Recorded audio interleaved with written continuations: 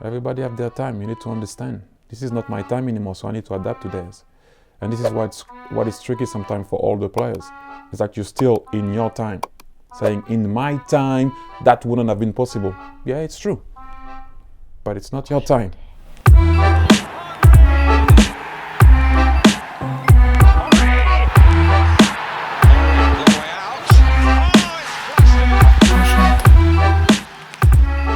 Where did I grow up? In Les Ulis. It's in the suburb of Paris, south of Paris. Rough area, as you can imagine. But at the time, for me, it was the best place in the world because I couldn't compare it to anything. I'll be dishonest if I don't say that my parents also did everything for me to be happy and worked extremely hard for me to be able to have the right education, food on the table always. And then after, obviously, when you're in the street, you're in the street. My brother was my protector. Things were not easy always at times there, but because my brother was respected, where I grew up, I had an easy one, if I can say. But for me, it was the best. You know, that's where you learn everything. You learn about diversity. You learn how to play football. First introduction to football, my dad one day, I remember, I can see it clearly in my head, said to me, "Let's go with me. We're gonna hit the ball." And then I was, I kind of like, what is he talking about? I was young, but it's weird. Like I can remember that. And we went to the local field at the back, and he went in goal, and he was just rolling the ball to me, and I just had to hit it. And that's what I did. And that made me happy, and I guess he was happy, and the rest is history. But that was my first introduction to the game. People see my career, the kind of thing that has been like a normal path. When you look at it, it was a normal path. That's the path that you should take. But while I was going through those moments, it was always difficult. People were always doubting me. Can he do it? Always. Since I was young, yes, he's fast, but he doesn't score a lot of goals. Yes, this, no, that. Always, it wasn't like, oh, he will make it for sure. I was always where I was supposed to be, but I had to deal with obstacles. And but it's great because it teaches you then how to deal with them later on. The earlier you deal with those things, then you can deal with them after that. So it prepared me to that. And my dad was always the guy that was always happy but never satisfied. That's why you could see my face. I had always a face on when I used to play because I was never satisfied with what I've done. So that came from him. So dealing with him, dealing with what I had to deal with as a young age, I always said to journalists at the time that were asking me questions about playing against a defender, this or that, I always say that the toughest thing that I had to do was to put a smile on the face of my dad. Once I had done that, the rest was a bit easier. Don't get me wrong, it was tough after that, but that was a bit easier after that. I shared it so many times already. People know the story if they know me. Is that I think I was 14. I was 14 or 15, I think, in between, on my way to 15 years old, and we played a game against a team at the highest level that you can play at the time. And we won 6-0, and I scored the 6 goals, and I was buzzing, as you can imagine. Everyone was happy for me, and all my friends, my teammates were like, "Wow, you scored 6 goals. Your dad's gonna be happy," and he wasn't. Or satisfied. He wasn't, and then I was like, hang on a minute, this is gonna be more hard than what it's supposed to be. So yeah, that was a moment that I think shaped me into what I was and what you saw later on of never being satisfied. And that moment I was like, so scoring 6 goals is not enough. Well, for him it wasn't. A lot of people, I'm sure they would have said, what? That's great, but for him it wasn't. And that helped me. That kept me on my toes, always alert, and I couldn't rest on my laurels because I just couldn't with the man. But anyway, he shaped me a certain way, and he made me better, I guess. It's weird because before I arrived in London, I was already a world champion, already won the league in France, had the opportunity also to win stuff at a youth level with France. But yeah, went to Juve. Things were going well, as people, I don't know why people were saying that things were not going well. Things were going well, but I left. That's me being stubborn because something happened at Juve that I didn't accept. And so I said it to them and I said I will go to Arsenal. And I went to Arsenal. I went to Arsenal because I was stubborn. And people never understood my stubbornness, and people sometimes took it also as that's annoying. But without that, I wouldn't have been at Arsenal. I wouldn't have been in this city if I wasn't stubborn. And thank God for that, because this is where my heart is. This is where the team that I support plays. This is where I live. This is everything for me. What do I think about the King, the London version of the King? Sounds great. It does sound great. I always thought that the Puma King sounded great. It depends where's them though, you know. But no, it sounds great, and it's the London version. So I guess, you know, the love that I have for the city, and obviously representing Puma, and I have also soft spot for the boots. I don't know if you remember coming back playing for Arsenal. I was wearing the King, and I scored that goal that will go down in the history. Well, I don't know for people, but for me it will, because it's a special moment scoring a goal as an Arsenal fan. I never did that before, so yeah, special. If you think about Puma, you're gonna think about Maradona. You're gonna think that's the first thing I see. You think about Pelé, but my time is Maradona. That's I think that stays there. You don't need to even go further.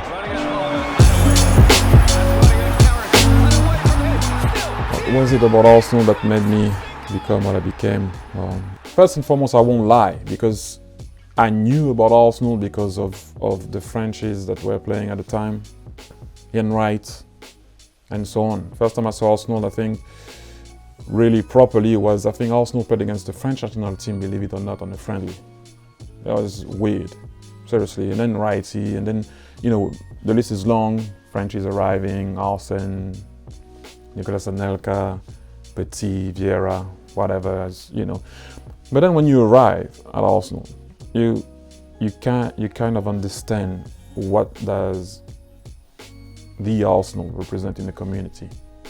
You know, you feel it walking in the street, you feel it wearing the jersey, you feel it when you arrive at the training ground, because the old guard was letting you know what it was to play for that football club. And the shirt, like I always say, can be heavy for some, but it takes time for you to be able to wear it properly.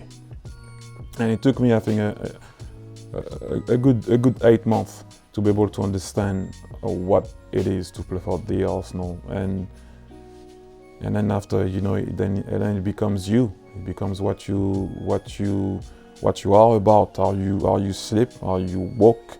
You represent Arsenal, and so that's what you try to do when you go on the field. You step on that field. You try to represent that community, the fans, and what that crest is about, and what we are about. You know, class. You fight, and you try to give the people that goes to the game what they want. You know, you to fight. Whether you have a win or not, at the end of the day, it's better when you win, right? But at least you have a certain way of playing, and you fight, and they see your heart through whatever's going through your head, the game. But they see that you fight for the club. That's the most important thing. This is the thing that I'm trying to do right now as a coach, trying to remember what I went through with Arsenal. But also, what you need to understand is that things have changed. Things have changed, and the generation that we live in now wants and needs explanation. They want to not often know the how, but, you know, they want to arrive places without the how do you get there, without the work ethic, without the what it takes to arrive there. You know, it's a screen generation, so what they see, they want. Wait, how do you get there? You know, our time was more like, it was a bit too much, you know, shut up and play. That was tough. You know, find a way yourself. If you don't play, it's because you are, you know what, right? I'm not going to say it, but, you know, there wasn't an explanation, or you're not going to go and see your coach to tell him, why am I not playing? Now, When the guy is not playing, he's asking you why he's not playing, although he might have been late during the week or he's not performing or whatever, but he will still ask you, why am I not playing? Which is, it's in the title, you were late or you're not performing, but you can't say that.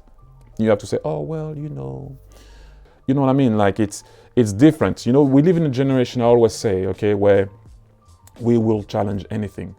So players with egos will challenge you even more. You know, we as human beings challenge our doctors. You arrive to see your doctors, you go like, I already saw what I have on Wikipedia.